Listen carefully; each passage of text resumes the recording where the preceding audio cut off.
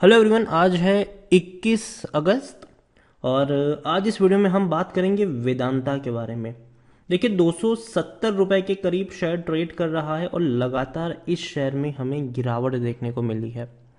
और वेदांता का इतिहास रहा है कि भैया जब ये शेयर टूटता है तो लगातार टूटता है, जब तेजी आती है तो लगातार तेजी आती है। वीडियो में डिस्कस करेंगे कि भैया वेदांता में गिरावट क्यों है और खरीदारी के मौके हैं कि नहीं। तो वीडियो को शुरू करो उससे पहले अगर आपने अभी तक चैनल को सब्सक्राइब नहीं किया है तो प्लीज़ अभी इसे सब्सक्राइब कर लीजिए, क्योंकि आगे भी बहुत सारे वीडियोस हैं जो आपको काफ़ी ज़्यादा हेल्प करेंगे। तो देखिए वेदांता के ऊपर मैंने वीडियो बनाया था पिछले साल, लेकिन तब शेयर काफ़ी सस्ता था, 79 रुपीज़ के आसपास ट्रेड कर रहा था। और अप्रैल महीना था, 29 अप्रैल को मेरा ये वीडियो था और मैंने कहा था कि डेफिनेटली वेदांता मुझे पसंद आता है इस लेवल के ऊपर, क्योंकि भैया सस्ता बहुत है और अब खोने को कुछ नहीं है यहाँ पर। तो मेरी बाइंग की रिकमेंडेशन पिछले साल यहाँ पर ज़रूर थी अप्रैल महीने में, और मैंने कहा था कि यहाँ पर खोने को कुछ नहीं है और तेज़ी के चांसेस काफ़ी ज़्यादा है, तो डेफिनेटली आप बाइंग करके चल सकते हो। उसके बाद जून महीने में 8 जून को ये 105 पे था।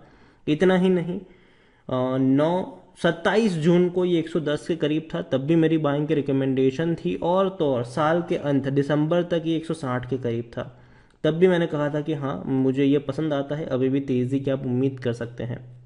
लेकिन लेकिन जब शेयर 250 रुपए के ऊपर निकल गया यहाँ पर से, तब मैंने भैया इसको छोड़ दिया कि अब ये मुझे बहुत महंगा लग रहा है, अब मैं इस शेयर पर भरोसा नहीं करूंगा। क्योंकि देखिए मेटल की मैं बात करूँ तो देखो मेटल, बहुत सारे एनालिस्ट आपको कहेंगे, इवन मैं भी इस बात से इत्तेफाक रखता भी हूँ कि देखिए मेटल सेक्टर को प्रिडिक्ट करना बहुत ही ज़्यादा मुश्किल है। जनरली लोग उसको अवॉइड करते हैं, लोग तभी खरीदारी करते हैं मेटल में जब वो काफ़ी सस्ता मिल रहा हो।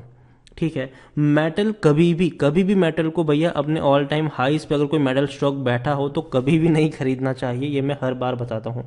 मेटल स्टॉक कभी भी जब अपने ऑल टाइम हाईज या उसके आसपास घूम रहा हो तो कभी भी वहां पर हाथ नहीं डालना चाहिए, क्योंकि देखिए मेटल स्टॉक को प्रिडिक्ट करना सबसे ज़्यादा मुश्किल है। क्योंकि देखिए ग्लोबली भी जो चीज़ें हैं वो असर करती है इस कंपनियों को, और कहीं ना कहीं मेटल जो स्टॉक्स रहते हैं उनके ऊपर कहीं ना कहीं एक धब्बा लगता है पोल्यूशन को लेकर।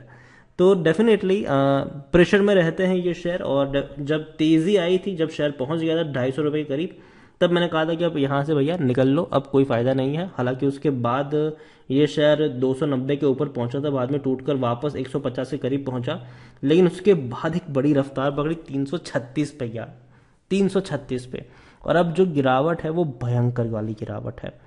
तो अब यहाँ पर क्या इस गिरावट का फायदा उठाइए या और ज़्यादा गिरावट आएगी, उसका एग्जाम्पल छुपा है 10 साल के ग्राफ में।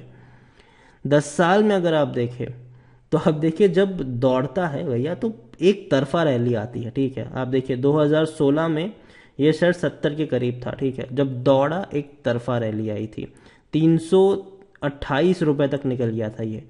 और अगर आपको पता हो तो इस बार भी ये उसी के आसपास से उसने वापस से गिरावट दिखाई थी।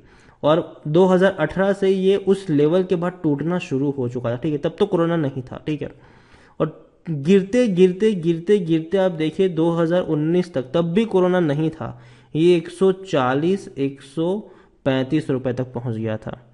तो कह सकते हैं कि भैया आधे से भी कम हो गया। ठीक है, जिन लोगों को ये लगा होगा यहाँ पर कि भैया 345 रुपए से टूट कर शेयर आ गया भैया 250 पे, चलो मैं खरीद लेता हूँ, उनके लिए वो और नीचे चलता चला गया। इससे पहले भी अगर आप देखेंगे यहाँ पर तो 300 पे पहुंचने के बाद आप देखिए लगातार टूट रहा था। तो एक चीज यहाँ पर जाहिर सी बात है, ठीक है, वेदांता में अगर आपको 15-20% की गिरावट देखने को मिलती है तो इसका मतलब ये नहीं है कि खरीदारी के मौके हैं, बल्कि इसका मतलब ये है कि हो सकता है कि ये गिरावट 15-20 से 25-30% की भी हो सकती है।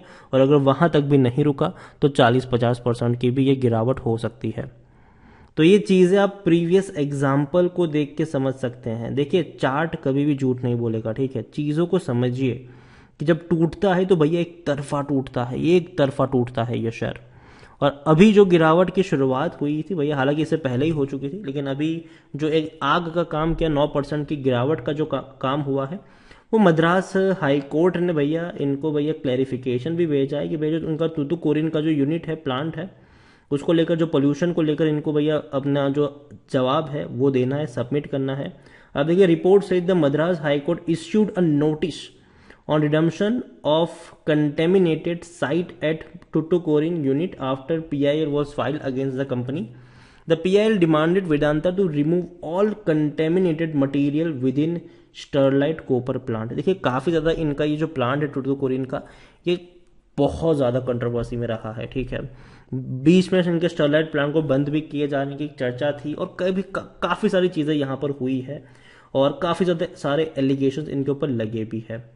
और हर बार अगर देखा जाए तो मैं आप प्रीवियस चार्ट्स को देखिए कि जब टूटता है तो भैया 10-12% से ये संतुष्ट नहीं होता है, ये और ज़्यादा नीचे की तरफ खींच के लेके जाता है वेदांता का शेयर।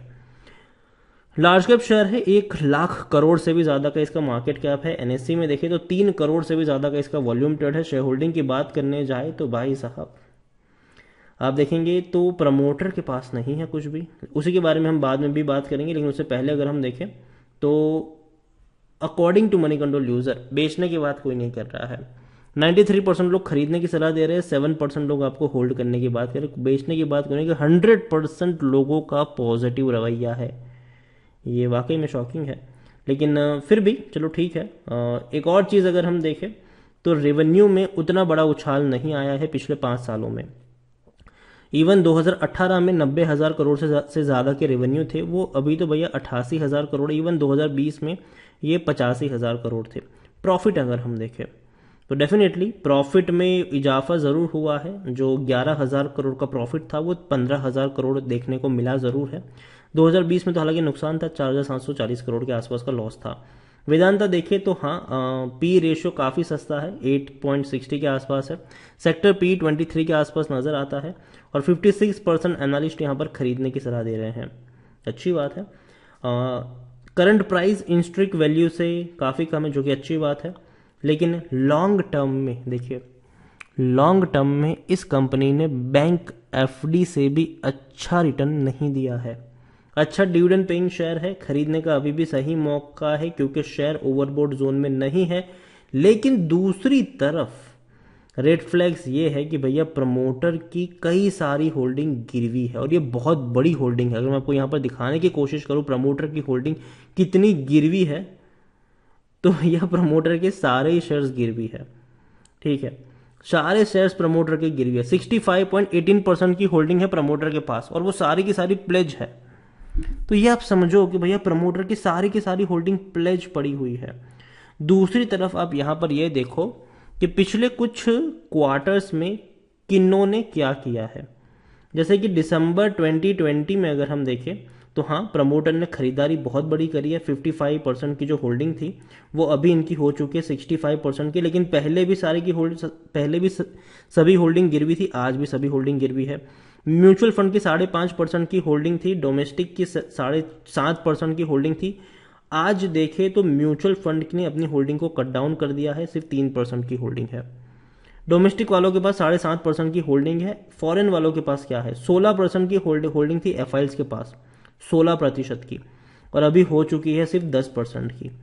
मतलब म्यूचुअल फंड बेच रहे हैं, एफआईएल्स भी बेच रहे हैं, डोमेस्टिक वालों ने भी हल्की सी बिकवाली तो करी ही है। माल खरीद कौन रहा है यहाँ पर?